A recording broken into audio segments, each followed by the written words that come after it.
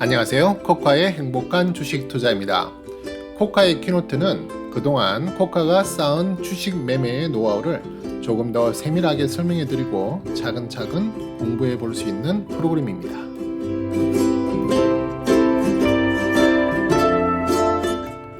오늘은 트레이딩 종목 선정 방법에 대한 이야기로 섹터 분석으로 종목 발굴하기 두 번째 시간입니다. 네, 지난번 시간의 내용을 바탕으로 여러분들과 함께 실제로 이렇게 발굴을 해보면서 실적 감각을 익혀보는 시간을 가져보도록 하겠습니다.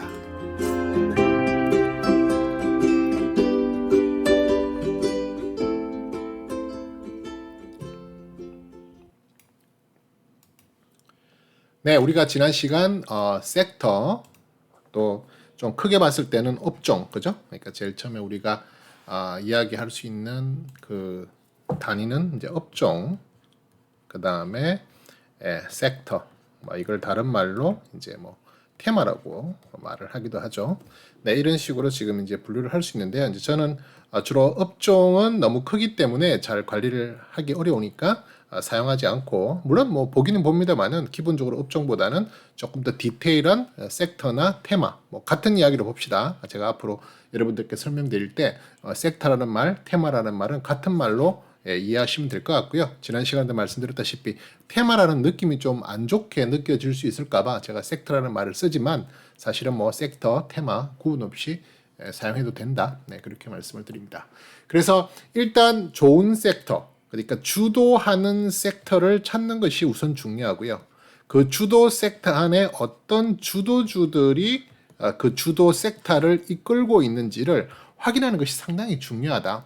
그래야만 그 주도 섹터에 포함된 주도주를 이용해서 오랫동안, 한참 동안 갈 수 있는, 그러니까 우리가 롱런을 할 수 있는 상황이 되는 거죠. 그죠?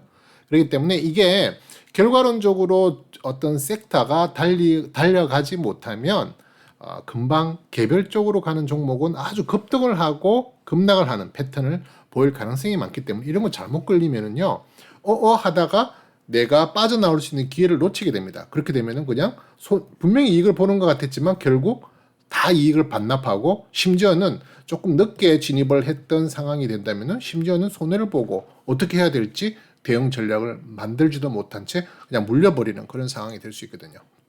그렇기 때문에 이런 개별 종목의 급등주, 우리가 흔히 방송이나 또는 인터넷 열어보면 급등주 찾기, 급등주 따라가기, 여러 가지 내용으로 급등주에 대한 걸 상당히 우리가 좋아해요. 지금 이렇게 주식 게시판이라든지 이렇게 여러 내용의 채팅창들을 보면은 상당수 많은 사람들이, 상당수라기보다는 거의 대다수라고 해도 과언이 아닐 만큼 많은 사람들이 내일, 그죠?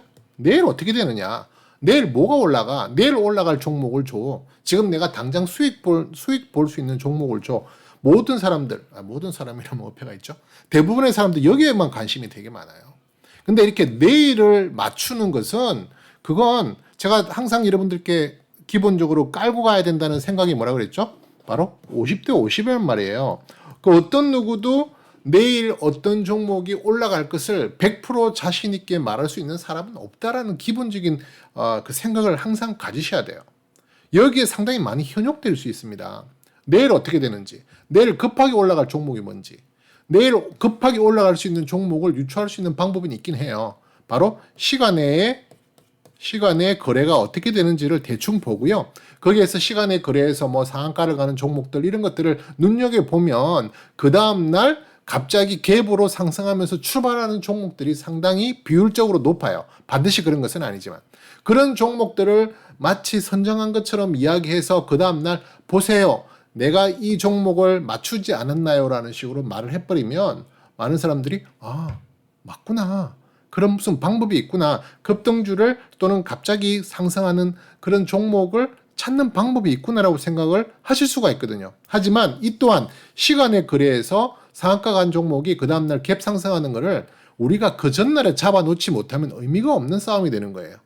너무 심하게 급등하는 종목은 이미 장 시작하자마자 급등을 해버린다고요.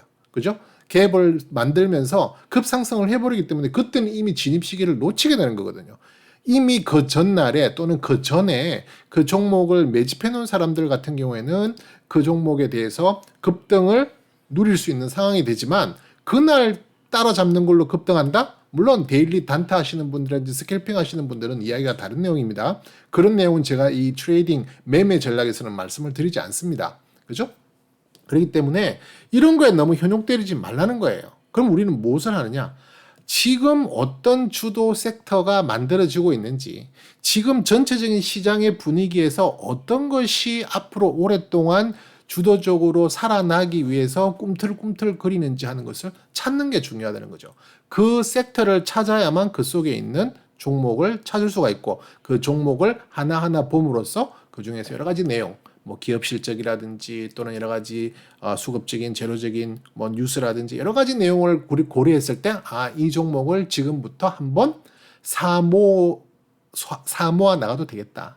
사모아 나간다는 뭐죠? 나중에 코카의 키노트 시간을 통해서 이제 비중이라든지 포트폴리오 구성하는 방법을 여러분들에게 설명드릴 때 이제 그런 내용이 자세하게 설명되겠지만, 기본적으로 코카는 물량을 추세 추종한다 그랬죠? 추세 추종으로 물량을 어떻게 한다? 모아 나가는 입장입니다. 그죠? 물량을 모아 나가는 입장이기 때문에 한 방에 훅 지르고 거기에 베팅을 하고 그 결과를 내일 어떻게 될지를 바라는 그런 입장이 전혀 아니라는 거예요. 하나하나 확인해 가면서 한마디 한마디 확인해 가면서 물량을 더 키워 나가는 입장으로. 그죠? 물량도 언제 키워 나간다? 반드시 추세가 우상향하는 것을 기본 베이스로 하고 물량을 늘려나가는 거지, 주가가 떨어지는 거 물량 늘어나가는 거 우리 소위 말해서 뭐라고 그러죠? 물타기. 그죠? 물타기 하는 전략으로 절대 갈 이유가 없다. 절대 가면 안 된다라고 제가 주장하는 거잖아요. 그죠? 그래서 그런 방법이 주도 섹터, 주도주 발굴이 상당히 중요한 거다. 네. 그래서 어떤 종목 발굴 방법이, 저는 쓰는 방법이 이제 지난번에 개요 시간에도 말씀드렸지만 몇 가지 있지만, 그 중에서 가장 중요하게 핵심적으로 보는 것이 바로 이 섹터를 먼저 확인하는 거다. 그죠? 그래서 제가 지난 시간에도 말씀드렸지만, 제가 섹터를 발굴하고 관리하고 이렇게 쭉 모니터링 하는 것을 다른 어떤 작업보다도 중요하게 여긴다. 그래서 제가 상당히 많은 시간을 들이고 공을 들여서 바로 이런 제가 관리하는 노트를 만들어낸다는 겁니다. 이거 지금 계속 관리하고 있는 거잖아요. 그죠? 엑셀 프로그램을 짜서 거기에 대해서 이제 어떤 식으로 통계가 나오는지를 매일매일 체크하고 오늘은 어땠는지. 그죠? 예를 들어서 제가 이제 샘플로 여러분들에게 실전으로 이제 이렇게 한번 프랙티스를 하는 시간을 가져보는 건데요. 자, 보시면 오늘 6월 15일 현재입니다. 날짜는 중요하지 않고 이 영상이 뭐 나중에 언제 보시든 상관이 없고, 오늘 그냥 제가 방송하는 날 6월 15일인데 6월 15일을 기준으로 한번 보시자고요. 그죠? 6월 15일을 보시면 오늘 보시면 가장 핫했던 섹터는, 여기 조금 글자가 작죠? 네, 조금 더 키워볼게요. 가장 핫했던 섹터는 전선이라는 섹터였습니다. 전선이라는 섹터가 핫했고, 그 다음에 클라우드 컴퓨팅, 뭐 미디어 엔터, 그 다음에 줄기 세포 치료제, IT 보안, 그죠? 또 근자재 시멘트, 히토류, 치아 임플란트, 또 벤처 캐피탈, 비철금속 니켈, 뭐 그죠? 그 다음에 메타버스, 이런 섹터들이 오늘 조금 많이 올라갔죠. 특히 그 중에서 이제 전선이 상당히 눈에 띄게 많이 이렇게 큰 상승세를 보였고요. 반대로 오늘 많이 하락했던 섹터는 여행 레저 섹터가 많이 하락했고, 스마트팜, 그 다음에 LNG성 기자재, 바이오 시밀러, 그 다음에 화장품 OEM, ODM, 뭐 철도, 참치 온양업, 이런 섹터들이 오늘 많이 하락했습니다. 자, 그럼 이건 뭐냐? 오늘 하루만의 이야기죠. 섹터를 너무 하루만 바라보면 정신이 없어요. 오늘 나빴던 게 내일 좋을 수도 있고요. 내일 좋았는데 모레 나빠질 수도 있기 때문에 그 하루하루의 섹터의 움직임을 본다는 것은 제가 여러분들께 말씀드리는 추세하고는 맞지 않는 거예요. 추세를 파악하기 어렵다는 거죠. 그죠? 그러다 보니까 제가 여러분들께 뭘 보여드리냐? 바로 섹터 순위를 같이 보는 겁니다. 이 섹터 순위는 여기 보시면 아시겠지만 기본적으로 하루만이 아니라, 하루는 이제 여기에 해당하는 거고요. 여기에 해당하는 거지만 하루가 아니라 5일 이동 평균, 10일 평균, 20일 평균, 그죠? 그렇게를 가지고 단기적으로 어떤 섹터의 추세를 한번 확인해 보는 겁니다. 지금 이 섹터가 단기적으로 좋아지고 점점 중기적으로 가면서 섹터의 유지를, 힘의 유지를 잘 하고 있는지를 보는 거죠. 자, 지금 보시면 가장 이 섹터 제가 관리하고 있는 통계적으로 가장 강하게 가고 있는 것이 해운이라는 섹터입니다. 해운 섹터. 그죠? 해운이라는 섹터는 뭐 대한해운이라든지 HMM이라든지 이런 종목 총 4가지 종목이 여기에 포함되어 있는 섹터인데요. 보시다시피 이 종목이 이 업종이 이 섹터가 지금 1위로 진입한 게 작년 11월 달부터 1위로 진입을 했어요. 그죠? 그리고 나서 뭐 쭉 가다가 뭐 1월 달, 2월 달에 다시 뭐 8위, 9위까지 조금 떨어지는 모습 보이다가 다시 3월 달부터 지금 계속 거의 1위 자리를 놓치고 않고 있어요. 단기적으로 지금 조정을 받을 수 있어요. 왜냐하면 5일선, 11선의 이동 평균이 현재 역별이잖아요. 역별이라고 하는 것은 말 그대로 어느 정도 지금 이렇게 조정을 받고 있다고 볼 수 있는 그런 상황이잖아요. 그죠?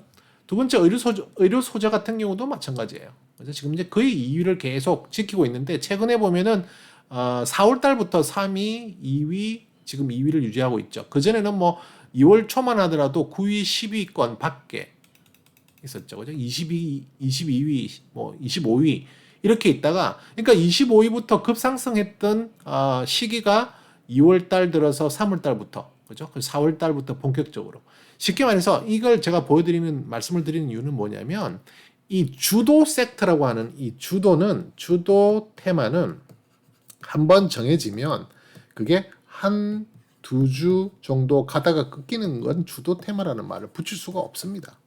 주도 섹터라는 말을 하기 위해서는 최소한 한 번 붙으면 한 분기, 최소한 한 분기가 3개월이죠, 그죠? 또는 그보다 더 오랫동안 롱런하는 것을 우리가 주도 텍 섹터 또는 주도 테마라고 이야기할 수 있는 거지. 한 주 정도 올라갔다 반짝하는 그걸 어떻게 주도라고 합니까? 아까 처음에 말씀드렸던 급등 섹터, 급등 종목, 급등이라는 우리가 정말 이렇게 유혹받기 좋은 급등, 정말 짧은 시간에 빨리 많이 오르는 것을 좋아하시다 보면요. 잘못하면 큰일 납니다. 짧은 시간에 많이 오른 것은 짧은 시간에 많이 떨어질 수 있는 그런 상황으로 갈 확률이 많거든요. 변동성이 너무너무 심합니다. 내가 모니터를 매일매일 장중에 지켜볼 수 있고 컴퓨터 앞에 앉아 있을 수 있는 전업 투자자가 아닌 이상에는 이런 급등주 거래를 하는 순간 망하는 겁니다. 이런 급등주는 누가 하는 거냐? 바로 데일리 트레이딩을 하시는 분들이라든지 스캐핑을 하실 수 있는 전업 투자자 정도의 수준에서 그리고 그것도 아주 그 스킬이 많이 연습이 되어 있고 자기만의 특별한 노하우를 발굴해서 자기만의 노하우로 이용해서 주식 거래를 할 수 있는 분들이 이 급등주를 하는 거지 아무나 이 급등주 따라하면요 무조건 물립니다. 무조건 손해봐요. 특히 우리 나이 젊은 어린 친구들 그죠? 이런 분들은 지금 주식에 대한 아직 경력이 많지 않고 또 그러다 보니까 또 나이가 어리다 보니까 시드마니가 그러니까 내가 투자한 투자 자본금이 크지가 않거든요. 그래서 빠른 시간 내에 게임 하듯이 어떤 수익 창출을 해야 되겠다는 그런 마음, 또 젊은 혈기 이런 것으로 이런 급등주 매매를 많이 하거든요. 아마 경험을 하실 겁니다. 급등주 매매를 하면 할수록 얼마나 손해를 크게 보는지. 우선은 돈을 버는 것 같아요. 돈을 벌 수 있어요. 분명히 급등주에는 많은 이런 급하게 올라가는 구간에서 많은 이익을 줄 수 있는 그런 가능성이 있는 거잖아요. 그죠? 근데 여기서 매니징을 잘못하면은 그 이후에는 그 벌었던 것 같은 느낌 어떤 그 수익금을 순식간에 다 토해내야 되는 그런 상황으로 간다는 겁니다. 그래서 어떻게든 주도 섹터를 찾아서 천천히 그리고 키워나가는 개념으로 주도 섹터가 주도적인 입장을 계속 유지하는 한에서는 거기에 포함되어 있는 주도 종목을 안에서 순환은 할 수 있겠지만 가급적이면 이렇게 매매를 너무 잦게 하지 않고 쭉 끌고 가면서 키워나가는 전략 상당히 중요합니다. 자, 일단 오늘 제가 예를 들어서 한번 해본다고 했으니까 한번 보시죠. 자, 오늘 6월 15일 현재를 기준으로 봤을 때 지금 아까도 보여줬지만 오늘 뭐 전선 같은 그런 섹터가 되게 좋아 보였죠. 그죠? 전선 같은 섹터가 되게 좋아 보였지만 오늘 하루의 이야기죠. 오늘 하루 이야기. 왜냐하면 지금 5일선, 11선이 역배열되어 있습니다. 전선 보는 겁니다. 전선. 오늘 제일 핫했던 종목, 아니 업종, 아니 더 쉽게 말해서 섹터. 네, 제가 막 헷갈리게 말씀드리는데 업종, 섹터, 테마는 다 같은 말로 보세요. 네. 그런 섹터가 전선에 해당하는 섹터가 오늘 정말 좋은 그런 퍼포먼스를 보였잖아요. 그죠? 뭐 월등하게 좋은 퍼포먼스를 보였음에도 불구하고 며칠 동안의 평균을 쭉 보니까 뭐 쉽게 말해서 5일과 10일이 아직도 역배열되어 있는 상태다. 제법 많이 빠졌었던 거예요. 그죠? 차트를 잠깐 보면 이게 왜 이렇죠? 잠깐 에러가 났는데요. 차트는 제가 나중에 수정을 좀 해야 되겠어요. 일단 지금 역별이기 때문에 저는 이 업종 섹터는 지금 관심이 없습니다. 그죠? 관심이 없고 오늘 현재 상황에서 종목을 발굴하는 입장으로 본다면 어떤 것을 좋게 보느냐?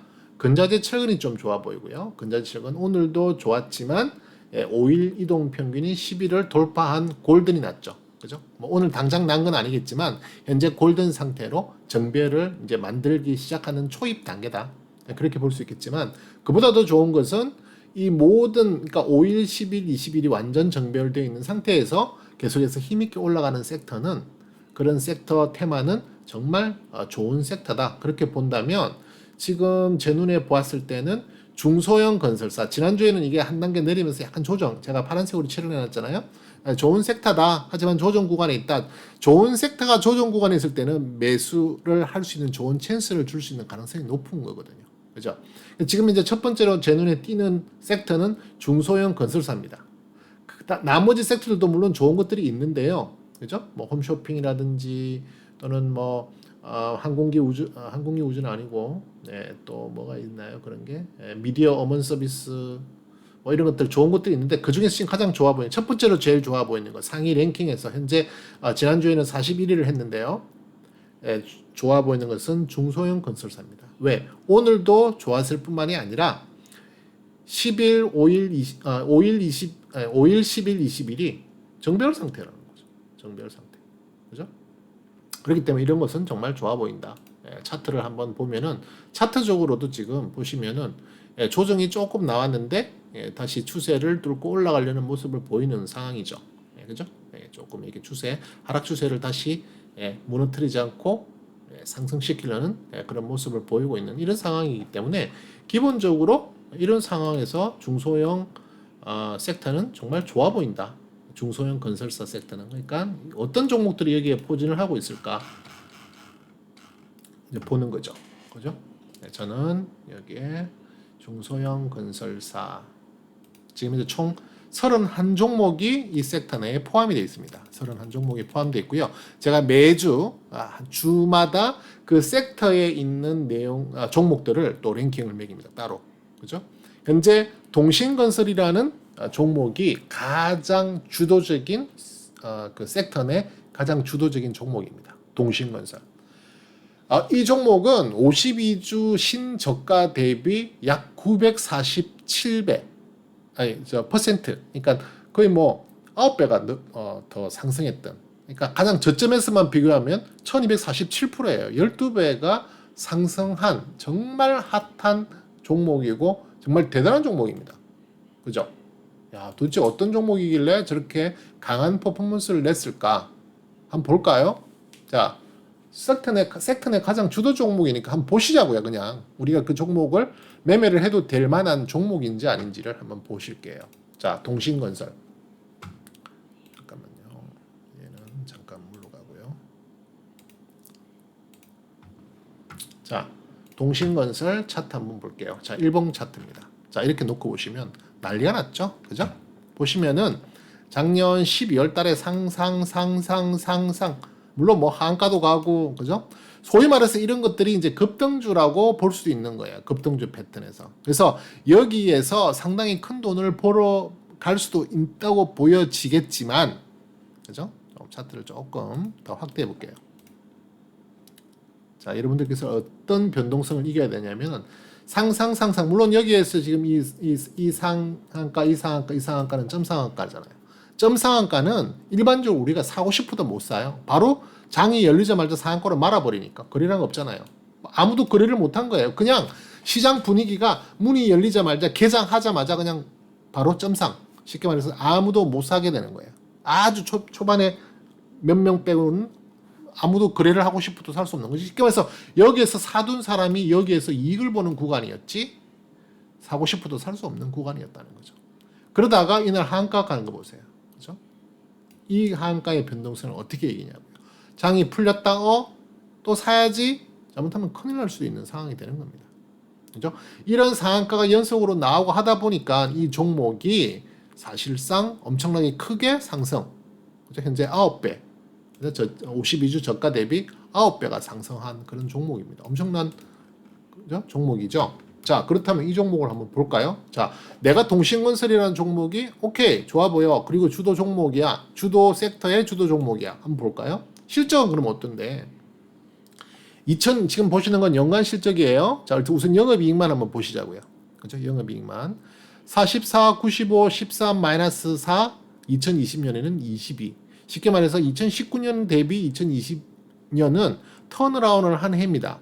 턴어라운드를 한 해이면서도 이 턴어라운드의 실적이 그 전에 해, 쉽게 말해서 적자를 보기 전의 해인 2018년보다도 더 좋은 퍼포먼스를 보였던 한 해입니다. 그러면 올해는 어떨까요? 올해. 자, 분기별로 봐야죠. 그죠? 자, 올해는 지금 1분기만 발표된 상황이죠. 작년에 1분기는 영업이익이 없었습니다. 제로였죠. 근데 올해의 1분기의 영업이익은 마이너스 5억입니다. 그런데 또 한 가지 참고해야 될 것은 매출이죠. 매출은 80억에서 103억. 영업이익은 0에서 마이너스 5억. 그러니까 쉽게 말해서 장사는 더 잘했는데 뭔가 나간 게 많아. 영업에 관련된 나간 게 많아. 당기순이익도 마이너스 1억이었는데 올해 1분기는 마이너스 5억. 그죠?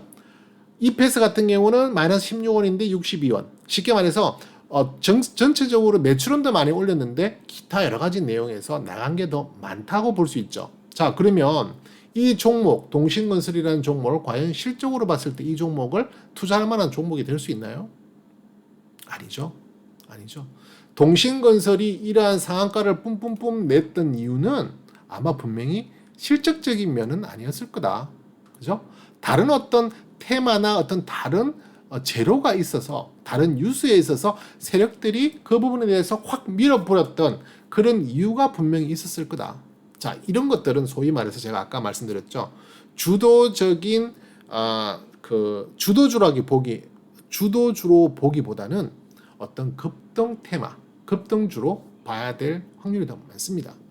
코카는 이런 종목들을 물론 얻어 걸리면 나도 모르게 실적이 좋아서 여기에서 샀다고 쳐요. 실적이 좋아 보여서 여기에서 샀다고 쳐요. 이 구간에서 매집을 했다고 쳐서 운이 좋아서 이런 급등할 수 있는 구간을 만났다면 최대한 이 급등 구간을 잘 버티면서 끌고 갔겠죠. 하지만 기본적으로 이런 구간이 저한테는 올 확률은 높지 않습니다. 왜냐하면 이 기업은 저에게 그렇게 실적적으로 매력적인 기업은 아니다. 그렇게 보여지거든요. 물론 작년 실적이 재작년 실적에 비해서는 턴어라운드를 했기 때문에 그 부분에 대해서 올라간 부분에 대해서는 인정을 해줘요. 그죠? 쉽게 말해서 2020년에 실적이 좋았던 부분은 충분히 고려할 만한 대상이 될 수 있겠다. 그죠? 그런데 이게 계속해서 2021년에 이런 실적을 유지하기 위해서는 최소한 1분기, 2분기 실적이 작년 동기 대비 실적이 월등히 좋아야 되는데 일단 첫 출발은 안 좋았어요. 첫 출발은 안 좋았다 보니까 기본적으로 1월, 2월, 3월 달에는 그렇게 좋은 퍼포먼스를 내지는 못했습니다. 물론 워낙 강하게 올라갔다가 조정받았다고 이렇게 볼 수도 있겠지만 실질적인 의미에서 봤을 때는 1분기가 안 좋았잖아요. 전년 대비. 그러니까 그 부분에 대한 어떤 조정세가 연결됐던 부분. 자, 2분기는 다시 좋아지고 있죠. 4, 5, 6 지금 좋아지고 있잖아요. 뭘로? 주가적으로 좋아지고 있다면 이거 분명히 2분기에 둘 중에 하나일 겁니다. 실적이 정말 좋게 나올 공산이 크든지 그렇지 않으면 또 다른 재료적인 것 같고 세력이 계속 해먹고 있는 거예요. 계속 이용하고 있는 겁니다. 세력이 계속 이 종목을 컨트롤을 하고 매니징을 한다는 거예요. 여기에 잘못 엮여버리면은 크게 손실을 볼 수 있다는 겁니다. 그래서 저는 이런 종목 관심 없어요. 네. 관심 없습니다. 뭐 올라가면 올라가는 거지. 내 건 아니다. 뭐 이런 마음으로 저는 볼 것 같아요. 그런 의미에서 동신건설을 보게 되는 거고요. 그 다음에 삼부토건이라는 종목, 그 다음에 쭉 뭐 효성중공업 쭉 있죠. 예, 그 중에서 특별하게 지난주에 이렇게 지금 보시면 아시다시피 뭐 삼밀기업공사 같은 경우는 지금 12위, 11위, 11위, 16, 5 뭔가 성장을 하고 있네. 뭔가 뭐 좋은 게 있지 않을까? 또 보는 겁니다. 그 종목이 관심 종목으로 포함시키고 모니터링을 하고 경우에 따라서는 매집을 시작해도 될 만한 종목인지를 또 확인하는 겁니다. 네, 또 보는 거예요. 3일 기업공사. 그죠? 이것도 보시면 아시겠지만은 최근에 지금 6월 달에 강하게 올라가고 있는 모습이 보이죠. 그러니까 올라가기 위해서는 그만한 실적이 뒷받침이 되면 인정. 그죠? 2020년 작년에 영업이익이 재작년에 비해서는 떨어졌어요. 그죠? 심지어는 매출도 떨어졌어요. 그러면 2020년에는 좋은 모습을 보이지 않아야 되겠죠. 그래서 2020년에 주가를 보면 2021년 대비 물론 뭐 코로나 사태라는 게 있긴 했지만 2020년에는 별로 좋은 퍼포먼스를 분명히 못 보여줬는데 연말에 그죠? 11월, 12월 됐을 때 많이 회복을 하는 모습은 보이긴 했어요. 근데 이때는 웬만한 종목은 시장 분위기로 그냥 많이 올라갔던 그런 구간이라는 걸 감안하면 2020년에 실적이 안 좋았던 부분에 대해서는 오케이 어느 정도 인정할 만한 내용이구나. 일단 그렇게 보시자고요. 그러면 2021년 올해는 어떤데? 지금 이런 종목 3일기업공사 같은 경우에도 컨센서스가 없잖아요. 그러니까 정권사들이 관심이 없어요. 정권사들이 이 회사에 대해서 리포트를 내지 않고 그다음에 목표 주가나 컨센서스를 전혀 내지 않고 있기 때문에 지금 비어 있잖아요. 에스티메이트이 없어요. 그래서 일단 이건 1분기에 대한 내용으로 볼 수밖에 없죠. 그죠? 작년 대비 올해 매출 줄었죠? 작년 대비 영업이익 줄었잖아요. 그런데 올라간다? 좀 모르겠어요. 뭐 때문에 올라가는지. 충분하게 올라가는 이유를 못 찾겠는 거예요. 무슨 이유가 있겠죠. 어떤 재료가 붙어서 그 재료에 대한 내용 아니면 정말 내부의 어떤 고급 정보를 가진 사람들이 2분기의 실적이 너무너무 좋아질 것이라는 어떤 그런 내용을 가지고 끌어올리고 있는지 매집을 하고 있는지 알 수가 없습니다. 그 알 수 없는 내용을 제가 억지로 맞추고 추측하고 갈 이유는 전혀 없다는 겁니다. 그렇게 가게 되는 것은 너무 위험한 상황으로 몰릴 수 있다는 거죠. 순식간에 박살날 수도 있다는 겁니다. 그러니까 뭐 특별하게 내용이 있겠죠. 하나하나 찾아보면은 그렇게 주가가 올라갈 만한 이유가 있다. 근데 우리가 아무리 찾아봐도 주가가 올라갈 만한 내용을 확인하지 못하는 경우도 상당히 많아요.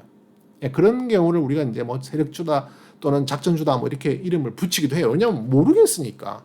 뭐 때문에 올라가는 이유를 정확하게 모르겠다는 거예요. 분명히 거래량이 터지고 있잖아요. 거래대금이 터지고 있죠. 그리고 세력들은 지금 이탈하고 있어요. 세력들은 빠져나오고 있는데 주가는 올라가고 있다. 개인들이 이 주가를 올리고 있다는 얘기거든요. 그 개인이라는 게 우리가 흔히 우리 같은 개인을 말하는 것이 아니라 정말 큰 자금을 울리는 소위 말해서 왕개미, 그죠? 그런 세력개미들이 이런 물량을 지금 이런 주가를 부양시키고 있다. 이렇게 봐야 되거든요. 저는 관심 없습니다. 관심 없습니다. 그러면 코카는 과연 뭐가 관심이 있느냐? 실적이 뒷받침되면서 올라가고, 그렇죠? 그게 눈에 보이는 부분에서 확인이 된다면 그때부터는 오케이 이 종목 관심이 생기는 걸 그때부터는 기술적 접근, 뭐 타이밍을 찾아보는 접근 계속 할 수 있다는 거죠.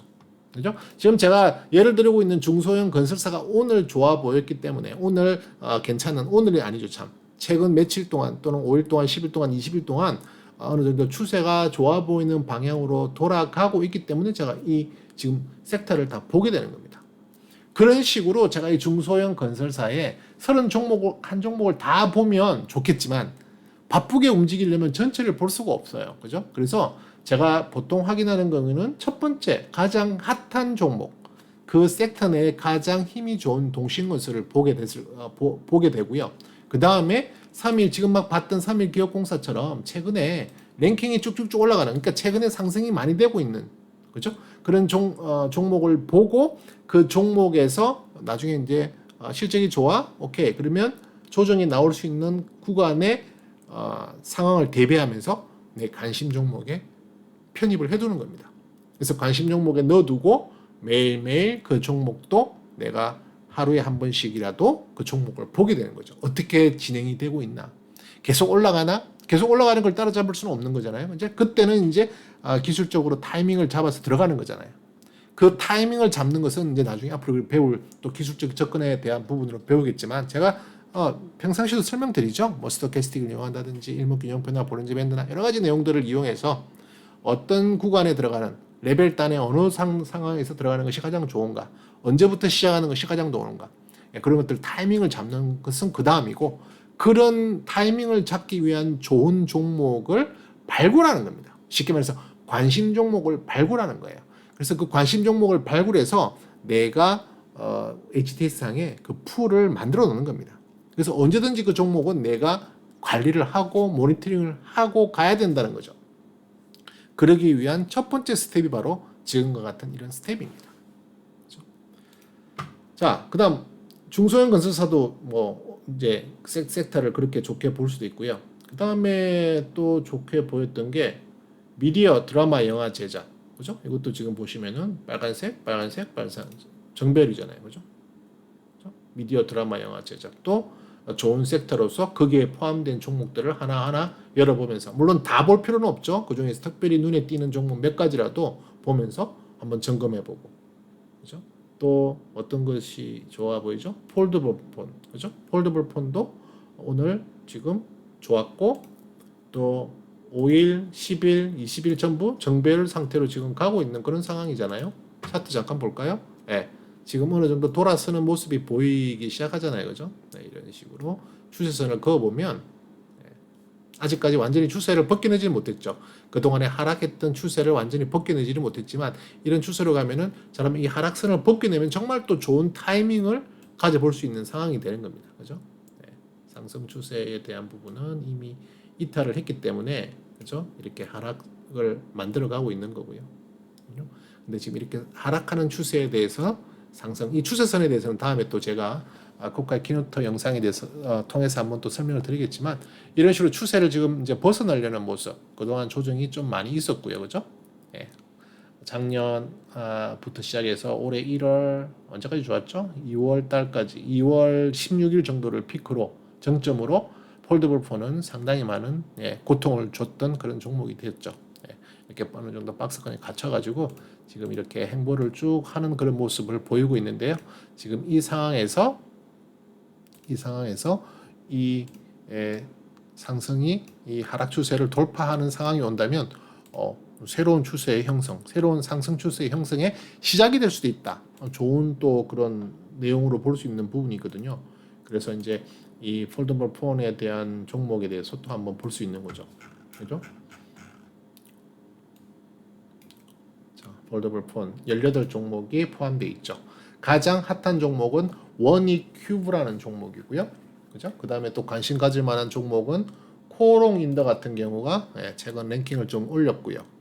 그죠? 그 다음에 또 어떤 게 좋아 보이나요? 삼성 SDI도 랭킹을 좀 올렸고, 파인텍, S맥, 그죠? 이런 식으로 좀 랭킹을 올렸죠. 원익큐브 같은 경우가 절대적으로 지금 거의 계속 1위 자리를 놓치지 않고 있잖아요. 그죠? 한번 보시자고요. 또. 자, 원익큐브 한번 보시면은, 자, 이게 원익큐브 차트입니다. 그죠? 자, 이것도 보시면 아시다시피 3월 달에 난리가 났었죠. 상상상 이렇게 가는 게 드문 일이 평범한 일이 아니잖아요. 상당히 드문 일이에요. 하루에 상한가 가는 종목이 뭐 적게는 없는 날도 있고요. 많아봐야 10개 미만입니다. 그죠? 근데 이런 원익큐브가 이런 큰 레벨업을 만들었던 것은 그때 당시 무슨 일이 있었던 거죠. 근데 그 내용을 이제 하나하나 뒤져봐야 되겠죠. 뭐 때문에 이렇게 갔을까? 이게 어떤 실질적인 내용이 좋았든지, 아니면 뭐 분명히 무슨 이유가 있다면 그 이유가 인정돼. 그리고 그 부분에 대한 재료나 어떤 내용이 단기간에 어떤 상승으로 끝나지 않을 것 같아 라는 판단이 선다면 조금 더 세밀하게 볼 수 있는 거겠죠. 근데 그렇지 않고 뭐 특별한 이유 없이 갑자기 급등하고 막 난리가 나고 뭐 이렇게 막 세력들이 이렇게, 그죠? 가대한 이런 뭐라 그러죠? 수급으로, 거래 대금으로 끌어올리는 것은 금방 꺼질 수 있는 거예요. 그러니까 쉽게 말해서 모래성인 거죠. 그죠? 자, 그러면 원익큐브 또 실적 한번 볼까요? 항상 하는 루틴입니다. 제가 지금 하는 게. 2019년, 18년 두 해를 적자를 봤어요. 그러다가 작년에 그렇게 안 좋았던 작년에 흑자를 전환을 시켰죠. 그죠? 물론 지금 조금 안 좋은 것은 뭐죠? 매출액이 줄고 있다는 거예요. 2017년 이후부터 18년, 19년, 20년 매출은 계속 줄었어요. 매출이 일단 상당히 중요합니다. 매출이 준다는 것은요. 아니 우리가 조그만 떡볶이 가게를 분식점을 한다고 쳐요. 다른 거 다 떠나서 매출, 매상이 주는 데는 결국에 이익을 잘 내기 어렵습니다. 이익은 우리가 어떤 방법을 통해서 만들어낼 수 있어요. 비용을 확 줄인다든지, 그죠? 뭐 다른 이익을 만들어낸다든지 하면서 이익은 우리가 정말 장난을 칠 수 있어요. 하지만 매출은 우리가 장난을 칠 수가 없습니다. 순수하게 우리가 고객에게 판매한 매상이란 말이에요. 이렇게 매출이 떨어지고 있는 것은 정말 좋은 게 아니다. 그러면 매출 떨어지는 기업이 뭐 때문에 주가가 오르죠? 저는 뭐 다른 이유가 있다고 봅니다. 예, 무슨 이유가 있겠죠. 우리 같은 개인이 알 수 없는 이유. 그렇기 때문에 저는 이거 관심 없습니다. 따라가고 싶지가 않다는 거죠. 다만 자 올해 1분기 실적이 발표됐죠. 이것도 컨센서스가 없는 종목입니다. 컨센서스가 없는 시가 1,890억의 아주 소형 종목이잖아요. 그죠? 이런 일반 기관들이 관심이 없어요. 일반 기관들이 이 회사에 탐방 가서 기업 분석을 하고 이 회사에 대해서 컨센서스를 연구하지 않는 그런 종목이라는 거예요. 그러면 그냥 실적이 후발성으로 따라오는 그런 실적을 확인해 가면서 가는 방법밖에 없다는 거죠. 자, 1분기 실적. 올해 1월, 2월, 3월 실적이 작년 대비 보니까 그렇게 문제가 됐던 매출도 늘어났네요. 그죠? 그러면 영업이익은요. 7억에서 37억으로 늘어났어요. 자, 37억으로 늘어났는데 작년 영업이익이 얼마였어요? 1년 통틀어서 34억이었어요. 1년 통틀어서 34억? 근데 올해 1분기가 37억이네? 작년 1년 동안 벌었던 영업이익을 1, 2, 3월 만에 끝내버렸어요. 매출은요? 매출은 작년 통틀어서 1954억. 분기별로 거의 500억씩 정도 벌어야 되죠. 567억? 그건 뭐 그럴만해. 1분기, 작년 1분기는 492억인데 567억. 오케이. 평균보다는 조금 더 높게 벌었겠군. 그러면 영업이익은 7억에서 30억. 이게 좋아 보여. 단기 순이익은 4억에서 31억. 이것도 좋아 보여. 그죠? ROE 1.86에서 13.37 엄청나게 크게 뛰었죠. 쉽게 말해서 돈을 많이 남겼다는 거예요. EPS 11원에서 87원. 자, 그러면 조금 생각이 달라질 수 있죠? 어쨌든 이 회사의 내용은 컨센서스가 없어요. 우리가 이 회사의 기업 실적을 예상할 수가 없습니다. 아무도 그 회사의 실적에 대해서 리포트를 써주지 않으니까. 그죠? 그러면 누가 그 회사의 내용을 알고 있을까요? 바로 내부에 있는 사람들이 알 수 있죠. 자, 내부에 있는 정보를 빼돌리면 어떻게 되죠? 엄청난 큰 범죄가 됩니다. 난리가 나요. 잘못하면 구속되고 난리가 나죠. 뉴스에 가끔 뜨잖아요. 그죠? 주가 조작 혐의로 내부자 거래를 통해서 주가 조작하고 큰일 나는 일입니다. 근데 그게 현실적으로 100% 막혀 나갈까요? 그 내용이, 그 정보가, 그 고급 정보가 100% 나갈까요? 자, 상승의 시점을 보세요. 언제죠? 3월 달이잖아요. 실적 발표는 언제쯤 됐어요? 이건 5월 중순에 발표가 돼요. 1분기 실적이.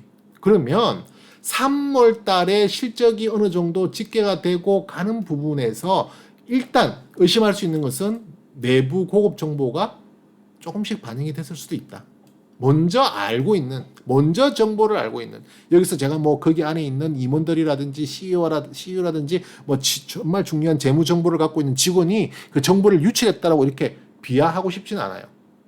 그렇게 좀 뭐 그 사람들을 워닝큐브의 직원들을 이렇게 나쁘게 몰고 싶지는 않지만 고급 정보라는 것은 분명히 만들어집니다. 그리고 있어요. 그런 정보에 의해서 먼저 움직인 세력이 있다는 겁니다. 이 세력은 우리와 다른 삶을 살고 있는, 우리와 전혀 다른 고급 정보를 가지고 있는 사람들이 이런 정보와 재료를 이용해서 주가를 부양합니다. 이때는 모르긴 몰라도 어떤 식으로든 주위에 자기들 지인들이나 이런 식으로 막 그 좋은 고급 정보가 갈 수 있고 그 부분에 대한 매기가 확산되는 겁니다. 자, 이걸 따라간다고요, 우리가? 못 따라가죠. 못 따라갑니다. 쉽지 않아요. 하지만 이 부분에 대한 이 내용은 지금 우리가 확인했어요. 왜? 1, 2, 3개월. 쉽게 말해서 2021년에 1분기 실적이 좋았구나. 이거? 오케이. 설명이 되네. 어느 정도. 자, 그러면 2분기는요. 2분기가 4, 5, 6이잖아요. 어떻게 되고 있죠? 물론 많이 급등했으니까 기술적으로는 조정받는 부분일 수도 있겠지만 사실 떨어지지는 않고 있어요. 그죠? 이런 급등이 정말 가짜의 어떤 세력의 작전에 의한 거라면 급등했다가 금방 이렇게 꺼져야 돼요. 팍팍팍 꺼져야 되는데 지금 어느 정도 지켜주려는 모습을 보인다는 것은 이 1분기 때의 실적이 어느 정도 내용이 있었다는 얘기잖아요. 2분기도 뭐 그렇게 나쁘지 않을 가능성이 크네. 더더군다나 작년 2분기 어땠어요? 영업이익 4억, EPS 2원. 올해는 이거보다 더 좋을 확률이 많지 않을까요? 물론 QOQ로 봤을 때 그러니까 지난 분기와 이번 분기를 비교하는 QOQ를 봤을 때는 1분기에 워낙 좋은 실적을 냈기 때문에 2분기가 좀 줄어들 수도 있겠죠. 하지만 저는 QOQ는 그렇게 중요하게 여기지 않습니다. 전년 동기 대비를 중요하게 여겨요. 같은 기간 동안 업종에 따라 또 그 회사에 따라 다르겠지만 보통은 그 기간 계절에 따라서 이렇게 좀 그 영업이 달라지는 그런 업종 또는 그런 기업들이 대부분 많아요. 여름이 강세다, 겨울이 강세다, 늦가을이 장사가 잘 되는 그런 회사다, 매출이. 그렇게 놓고 보기 때문에 따지고 보면 전년도의 같은 동기 대비를 비교하는 것이 상당히 더 중요합니다. QOQ보다는 YOY로 보는 게 훨씬 더 중요하다. 작년 동기 대비를 보시라고요. 작년에 4억 벌었는데 올해 2분기 4억보다 더 잘 벌 가능성이 기대가 되죠. 왜? 1분기 37억이나 벌었으니까. 그 여파가 2분기까지 가지 않겠어? 하는 기대를 좀 해볼 수 있는 상황이 되죠. 물론 이 부분을 가지고 적정 주가를 낼 수 있는 방법이 있긴 해요. 저도 적정 주가를 구해서 공식을 쓰는데 사실은 이런 컨센서스들이 나와 있는 것과는 그 정확도가 훨씬 차이가 많이 납니다. 그래서 그렇게 크게 신뢰를 하지 않아요. 정권사들이 그래도 최소한 세 군데 이상 정권사들이 그 회사에 대해서 리포트를 내고 그 회사에 대해서 컨센서스를 냈을 때 그 정보가 유효하고 더 희망이 있는 거지, 더 효과가 있는 거지. 아무도 관심 없는 이런 종목에 어떻게 제가 무슨 뭘로 이 회사의 기업 내용을 예측을 할 수 있겠어요. 그죠? 후행성으로 따라갈 수밖에 없습니다. 후행성이라도 따라가도 돼요. 왜냐하면 이런 종목들은 후행성으로 이렇게 주가 변동이 일어날 경우가 많아요. 실적을 확인하고 뒤늦게 뛰어드는 거예요. 이 회사가 실적이 안 좋은 줄 알았는데 막상 뚜껑을 열어보니까 실적이 정말 좋네? 그때 시작하는 겁니다. 그때 시작하는 거예요. 물론 지금 원익큐브 같은 경우는 그보다 좀 더 빨리 시작했죠. 그죠? 3월 실적 발표는 1분기 실적 발표는 5월 중순쯤에 했는데 이미 시작은 3월부터 했잖아요. 그럼 둘 중에 하나예요. 가짜 상승이든 쉽게 말해서 세력에 의한 제로적인 상승이든 아니면 실적에 대한 내용을 가진 진짜 세력의 움직임이었더니 둘 중에 하나일 거 아니에요. 이제 지나가서 알 수밖에 없는, 지나가서 실적이 발표돼서 확인할 수밖에 없는 거죠. 그래서 가급적이면은 컨센서스를 내는 기업들, 전체적으로 우리가 지금 통상 우리 코스피 코스닥 다 합쳐서 2천 종목, 여기는 스펙이나 여러 가지 우선주나 이런 건 다 빼고 대충 한 2천 종목을 보는데 그 2천 종목에 실질적으로 컨센서스가 나오는 종목이 한 2, 300개밖에 안 돼요. 많아봐야 한 300, 400? 그래서 제가 정확하게 쉬어보진 않았지만 그 정도밖에 안 돼요. 그런 종목들은 훨씬 더 적정 주가 산출하고 또 컨센서스를 가지고 대응하기 훨씬 쉽다. 다만 그런 종목은 어느 정도 컨센서스가 형성되어 있기 때문에 이러한 급등 패턴은 나올 가능성이 별로 없어요. 왜냐하면 이건 뚜껑이 확 열리는 순간에 갑자기 터지는 그런 상황이고 컨센서스가 나와 있는 것은 대부분 그 기업에 대한 컨센서스는 물론 정권사들이 발표해주는 그 컨센서스의 평균이긴 하지만 저뿐만 아니라 모든 사람들이 다 보고 있는 데이터를 가지고 가는 거잖아요. 그러다 보니 그게 천천히 다 반영이 돼버리기 때문에 갑자기 급등하는 그런 패턴을 만나기는 쉽지 않다. 다만 회사가 기업의 실적이 꾸준히 늘어난다면 2020년, 2021년, 2022년 컨센서스도 늘어나고 꾸준히 늘어난다면 이 종목이 주도 섹터에 포함되어 있다면 주도주로 쭉 갈 가능성이 높겠구나라는 그런 기대를 해볼 수는 있겠죠. 이것이죠. 그래서 제가 샘플을 보여드리는데 이거 이렇게 해갖고는 저는 문제가 많아요. 말이 많아서. 여러분들에게 자꾸 설명을 더 해드리고 싶은 욕심 때문에 용서해 주십시오. 그죠? 그런 식으로 이제 원익큐브를 보는 거예요. 그 다음 또 어떤 종목 한번 볼까요? 코롱인더 볼까요? 코롱인더 왜 보죠? 조금 관심이 생기잖아요. 그죠? 네, 코롱인더 하나만 더 보고. 코롱인더는 왜 뜰까요? 자, 이 코롱인더입니다. 코롱인더는 우리 관심 종목이기도 하고요. 코카의 관심 종목이기도 하고 실제로 거래를 하고 있는 종목이기도 합니다. 예, 그죠? 자, 이 종목 같은 경우는 실적이 어떤데요? 이 종목은 컨센서스가 있습니다. 예. 연간 컨센서스 있죠. 자, 작년에 안 좋았어요. 떨어졌어요. 매출도 떨어졌어요. 근데 올해 예상이지만 영업이익도 회복하고 매출도 회복해요. 심지어는 2020년이 아니라 2019년도 오버하는, 2019년보다도 더 좋은 매출액, 2019년 쉽게 말해서 코로나 때 문제를 빼도 계속 성장세를 보이는, 그뿐만이 아니라 2022년, 2023년 매출 늘어나죠. 영업이익 늘어나죠. ROE 7.74, 8.27, 8.03. 2023년은 조금 줄어들긴 하지만 어쨌든 늘어나죠. EPS 6,800, 5,800, 6,600, 6,800. 올해는 조금 떨어질 수도 있겠네요. 그죠? 하지만 늘어나죠. 전반적으로. 저는 그 기본적 분석할 때 여러분들 제 영상 보시면 아시겠지만 제가 뭘 일단은 가지고 성장률 비교하죠. 매출액, 영업이익, EPS입니다.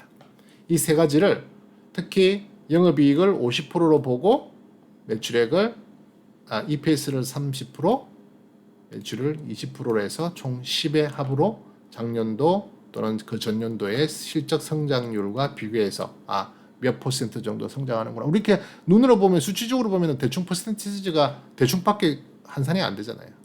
하지만 정확하게 엑셀에서 제가 기록을 관리하면서 작년 대비 올해 몇 퍼센트 딱 퍼센테이지가 나온다고요. 그 퍼센테이지 성장률이 해마다 더 커지면 주가의 상승도 그게 연동해서 올라갈 확률이 크다. 좋은 기업, 사고 싶은 기업, 지금부터 한번 매집해서 키워나가 볼 만한 기업, 그런 식으로 접근을 하는 겁니다. 아시겠죠? 자, 그러면 이제 문제가 하나 있어요. 여러분들은 제가 갖고 있는 이런 노트에 또 이런 업종에 이런 섹터에 포함되어 있는 종목이 뭔지 잘 모르시잖아요. 물론 제가 여러분들께 주말에 한 번씩 올려드린다 한들 제가 보는 만큼의 자료를 볼 수가 없습니다. 자료를 만드시는 게 제일 좋겠지만, 그죠? 그래서 지난 시간에 제가 말씀드렸죠? 네이버에 있는 테마별 시세를 보시라고요. 최소한 그거라도 보시면 돼요. 여기 보시면은 전일 대비해서 오늘의 가장 좋았던 게 뭔가 나오잖아요. 오늘 제일 좋았던 거? 저랑 비슷하네. 여기도 전선이 제일 좋게 나오네요. 제가 아까 기록했던 테마에 뭐가 나왔었어요? 가장 핫한 게 전선 나왔잖아요. 네이버도 그렇게 말하네요. 거짓말이 아니잖아요. 자, 전일 대비 6.48. 자, 그런데 최근 3일 보면 그렇지가 않아요. 마이너스 1.86이에요. 오늘 6.48이나 올렸는데도 불구하고 떨어졌다고 오늘 갑자기 뭔가 급등을 했던 내용이에요. 그럼에도 불구하고 나는 전선에 있는 종목들을 한번 보고 싶다. 대운전선, 대한전선, 가온전선, KBR, 일진전기, LS 쭉 보시라고요. 그죠? 저는 전선 오늘 안 봤죠. 왜 전선을 안 봤느냐?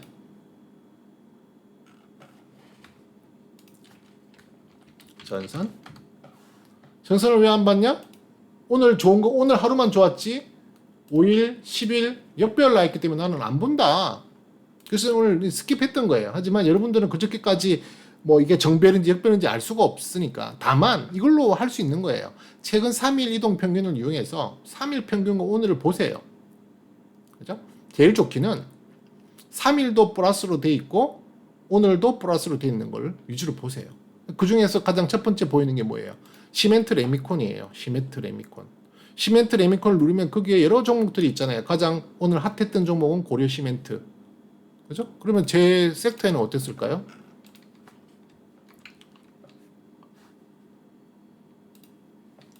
한번 볼까요? 제 섹터에서는 뭐라고 말하고 있는지.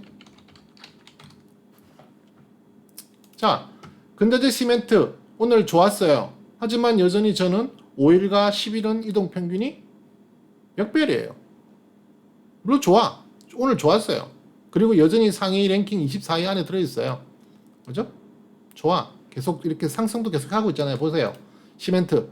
보시면은 뭐 105등 하던 게, 그죠? 어느덧 60등으로 들어오더니만, 20등으로 들어오더니만 10위까지 들어왔다가 지금 거기 주위에서 놀고 있잖아요. 시멘트 좋아요. 하지만 나는 오늘 이거 볼 시간이 없다는 거예요. 다 보면 제일 좋아요. 하지만 그렇게 너무 많은 시간이 걸리잖아요. 그래서 오늘 볼 수 있는 섹터들 몇 가지만 보고 그 중에서 좋은 종목을 한두 개라도 찾아서 관심 종목 넣어놓고 그 다음부터 타이밍을 찾는 거라고요. 큰 틀에서 골라놓고 거기에서 점점점 내로 다운 하는 거예요. 하나하나 더 이제 세밀하게 찾아서 제일 좋은 타이밍을, 매수 타이밍을 찾는다는 거죠. 근데 네이버에서 시멘트 좋대요. 그리고 3일 평균 물론 짧지만 이게 뭐 5일 평균, 10일 평균, 20일 평균이 있으면 좋겠지만 그게 없기 때문에 제가 저런 노트를 만들어 쓰는 거라고요. 그죠? 그다음 뭐 일자리 취업도 괜찮았고 캐릭터 상품도 괜찮았고 그런 종목들, 그런 시세를 들어가서요. 한 종목 한 종목을 보세요. 오늘 뭐 쌍방울 산 거 같잖아요. 뭐 물론 오늘 엄밀히 말하면 다른 또 뭐 이스타항공 뭐 이런 또 내용이 있었기 때문에 뭐 좀 다른 해석이 되겠지만 이거 하나 때문에 오늘 이 업종 섹터가 확 올라갔던 거예요. 아 그러면 이 섹터 아니네. 얘 다른 이슈잖아. 쌍방울이 캐릭터 상품을 잘 판다, 실적이 좋다 해갖고 올라간 게 아니잖아요. 그죠? 그럼 캐릭터 상품에 대한 신뢰성은 떨어지는 거죠. 그런 식으로 하나하나 점검할 수 있는 좋은 테마의 정보가 바로 네이버 금융에 나온다는 겁니다. 네이버 정권에 나온다는 거예요. 그것만 활용해도 여러분들 종목 찾는 거 훨씬 더 좋습니다. 자꾸만 TV에 뭐 전문가 추천해갖고 무슨 종목 좋아해, 무슨 종목 좋아해. 그거 이미 늦은 거예요. 물론 그 종목을 듣는 거에 대해서는 여러분들도 귀를 기울이세요. 그 종목을 예를 들어서 누가 오늘 대한전선이 좋다라고 이야기했다. 방송에서. 대한전선 한번 보세요. 보시고 기업 실적 내용 보고 정말 전문가가 말하는 내용도 한번 참고해보고 그런데 타이밍은 그리고 이게 정말 주도 섹터에 포함되어 있나? 그런 내용을 다 한번 보시라고요. 무조건 그 사람이 좋다고 하니까 무조건 사야지? 그렇게 하는 사람들 정말 많더라고요. 그렇게 하시면 힘들어져요. 왜? 조금 흔들리면 조금만 주가가 흔들리면 그냥 이거 어떻게 팔아야 되나? 절대 끌고 못 갑니다. 절대 롱런 못 해요. 절대 키워 나갈 수 없어요. 그냥 맨날 씨만 싣고 싹만 트면 잘라먹고 하면 돈 안 된다는 거죠. 씨가 심어서 싹이 나고 그 싹이 큰 나무로 자랄 때까지 키워 나가서 큰 이익을 그 종목으로부터 봐야 되는데 못 한다는 거 왜? 믿음이 없으니까. 내가 그 종목에 대해서 충분히 검토나 내용을 모르니까 전문가가 좋다는 말 하나로만 가는 거예요. 전문가가 평생 그 종목 관리해 줄 건가요? 아니라니까요. 그런 의미에서 이런 식의 버릇을 들이라고요. 다행스러운 건 제가 지난 시간에도 말씀드렸지만 제가 지금 이 네이버의 테마가 훨씬 더 세밀하게 되어 있어서 제가 이 네이버 테마에 대한 데이터베이스를 계속 구축하고 있습니다. 시간은 앞으로도 한 두세 달 더 걸릴 것 같은데요. 지금 거의 상당한 많은 시간을 제가 틈틈이 내서 이 데이터베이스를 지금 만들고 있어요. 만들고 있어서 앞으로 지금까지 제가 보여드렸던 이 테마가 한 149개 정도 되는 테마 수인데 이거보다 훨씬 더 많은 한 250개 이상 더 잘게 나눠지는 거죠. 그죠? 더 잘게 나눠지는 거고 또 하나 좋은 점은 여러분들이 볼 수 있는 그 데이터베이스는 저 거잖아요. 그 데이터베이스는 제가 관리하는 거니까 여러분이 볼 수 없잖아요. 하지만 제가 여러분들께 설명드릴 때 이 네이버에 있는 이 테마별 시세랑 같이 연동해서 여러분들이 보신다면 훨씬 더 이해가 빠르시고 종목 적용하시기가 좋을 것 같다. 아시겠죠? 그래서 오늘은 일단 섹터별에 대해서 원래 제가 이거 간단하게 넘어가려고 그랬는데 그래도 제가 하는 방법에 대해서 간단하게라도 이렇게 좀 선을 베고 앞으로도 계속 물론 또 할 거예요. 할 건데 그래도 이런 식으로 제가 접근한다. 아시겠죠? 제가 섹터를 먼저 찾아요. 가장 핫한 섹터, 가장 주도적인 섹터에 포함되어 있는 종목이 뭔가를 두 번째로 보고 거기에서 몇 가지 종목이라도 확인하면서 그 종목이 실적적으로 어느 정도 간단하게 봤잖아요. 제가 뭐 실적 분석을 위해서 제 노트를 일일이 꺼내지 않아도 HTS 제공하는 FM 가이드에 기업 정보, 실적 정보만 가지고도 대충 일단 보는 거예요. 이건 그냥 1차적인 거르는 과정인 거죠. 여기에서 걸러졌다. 여기에서 이 종목 관심 있네. 이 종목 매력이 있어. 코롱인도 이 종목 매력이 있어. 그러면 조금 더 파보자. 조금 더 공부해보자. 조금 더 리서치 해보자라는 관심 종목으로 편입하는 거예요. 그게 여러분들께 제가 말하는 코카의 관심 종목입니다. 그리고 나서 그 종목에 대해서 조금 더 꼼꼼히 들어가 보니 실적을 다시 확인해보고 적정 주가를 계산해보니 이 종목 지금 너무 고평가야. 그리고 앞으로 업황 사이클이나 여러 가지 재료나 뉴스나 여러 가지 검토했을 때 이걸 내가 굳이 계속 관심 종목으로 매일매일 시간으로 확인해볼 필요는 없을 것 같아 하면 끝. 그걸로 끝. 다시 관심 종목 탈락. 그런 식으로 해서 진정한 관심 종목을 정하는 겁니다. 그리고 관심 종목으로 정해졌으면 그 종목의 매수 타이밍을 노리는 거예요. 이왕이면 조금 더 싼, 또 시세가 붙어 있을 때 제가 말씀드렸죠. 무조건 싼 게 좋은 게 아니라 그랬죠. 싼 건 비지떡. 싼 거 좋은 거 아니에요. 어느 정도 시세가 다져지고 어느 정도 출발의 선상에서 한 번은 부스팅 되어 있는 그런 종목에 가지. 너무 밑에 빠져 있고 심지어는 그 240일 이동 평균선 밑에 있는 이런 종목들 보지도 마세요. 왜 그 종목이 그 밑에 빠져 있겠습니까? 그런 종목 사면 정말 저가에 사서 잘 묻어두면 올라갑니다. 그건 장기 투자, 가치 투자자의 영역이잖아요. 아니 코코아는 가치 투자도 하는데 왜 이렇게 실적을 봐? 그거라도 봐야죠. 우리가 지금 가만히 보세요. 윤석열 테마주다. 윤석열 테마주가 올라가요. 뭐 때문에 올라가요? 아니 말도 안 되는 이유를 갖다 붙이죠. 윤석열이가 고등학교 동창이야 CEO가. 그게 무슨 이유인데요? 그래서 나중에 혹시 윤석열이가 정권 잡으면 혹시 베네핏이 좀 있지 않을까? 그래서 그럼 베네핏이 있으면 뭔데요? 그러면 매출이 좀 좋아지겠지. 광급 공사를 좀 더 많이 받나? 말도 안 되는 이야기잖아요. 그런 식의 대한민국이 된다면 이게 과연 맞는 말이에요? 그럼에도 불구하고 모든 재료와 테마는 다 결국 실적 이야기입니다. 야, 이 종목이 한대 앞으로 이 바이오 종목이 무슨 약을 개발한대. 개발하는데 올라가는 거예요. 그 기대감을 가지고. 그걸 개발하면 어떻게 돼요? 실적이 늘어나니까 모든 재료와 이야기는 결국 실적 이야기입니다. 아무리 이상한 재료더라도 그 재료의 밑바탕은 실적이에요. 이 회사가 이렇게 해서 좋아지니까 실적이 늘어날 거니까 좋대. 야, 사자. 사. 막 꼬시는 거잖아요. 결국엔 다 실적 이야기예요. 주식은 실적입니다. 우리가 하는 가상화폐는 실적 없어요. 그냥 그 가치의 효용성만 갖고 가는 거잖아요. 금도 마찬가지잖아요. 자산이잖아요. 실적 없어요. 그냥 시장 논리, 수요와 공급의 논리. 그런 논리로만 해석이 돼야지 금이 무슨 실적을 만들어내요. 부동산이 무슨 실적을 만들어내요. 그냥 수요와 공급의 논리인 거예요. 시장 경제의 가장 기본 시장 수요와 공급의 논리지 주식은 그렇지가 않다니까요. 수요와 공급의 논리도 포함되어 있지만 결국에는 실적의 기반이 따라가줘야 된다는 거예요. 그래서 실적을 자꾸 보는 거예요. 그래서 이거 확인하는 거, 이거 확인 안 하고 가면 재미없다는 거예요. 그건 그냥 운명에다가 맡기는 거잖아요. 57분. 야, 이건 코카 키노트 영상 30분만 한다면. 죄송합니다. 또 시간을 오버했습니다. 그렇다고 이걸 또 두 개를 나누기는 그렇고. 그래서 일단 계속 오늘로 끝은 아니고요. 섹터 분석에 대한 이야기는 이제 제가 코카의 관심 종목 설명하면서 또 나오는 내용이니까 오늘은 간단하게 제가 어떤 식으로 하는 걸 여러분들께 선배였고요. 여러분들 또 그걸 바탕으로 여러분들도 여러분들의 방법을 계속 한번 연구해 보세요. 계속 연구하고 생각하셔야 됩니다. 아니면은 주식 하시면 안 돼. 그냥 펀드 사시라니까요. 그게 제일 편해요. 간접 투자 상품을 그냥 던져 놓으면 되지 뭘 직접 하시려고 그러세요. 직접 하시려는 것은 난 그보다 더 큰 돈을 벌 거야. 그보다 더 좋은 수익률을 만들 거야 라는 목표인데 그만한 가치를 만들어내기 위해서 노력을 하셔야죠.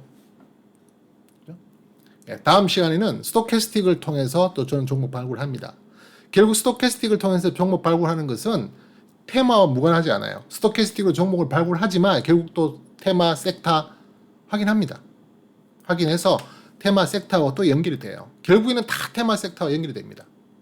하지만 이제 방법론, 접근하는 방법론이 이 테마적인 부분만 가는 것이 아니라 기술적으로도 한번 찾아보고, 그죠? 그건 이제 종목 검색기라는 게 있는데 아직 들어보신 분들 있겠죠? 2천 종목을 우리가 일일이 다 볼 수 없으니까 어떤 조건을 이렇게 검색식에 넣어서 거기에 해당하는 검색된 종목을 보고 이제 역으로 들어가는 거죠. 그때는 이제 탑다운이라기보다는 엄밀히 말하면 약간 바름업 방식이 되겠죠. 그죠? 우선 종목을 먼저 찾아서 그 종목이 포함되어 있는 섹터와 업종을 확인하고 이렇게 가는 방식, 거꾸로 가는 방식이 되겠죠. 그거는 이제 다음 영상에서 한번 준비를 해보도록 하겠습니다. 죄송합니다. 너무 길었어요. 지금까지 코코였습니다. 감사합니다.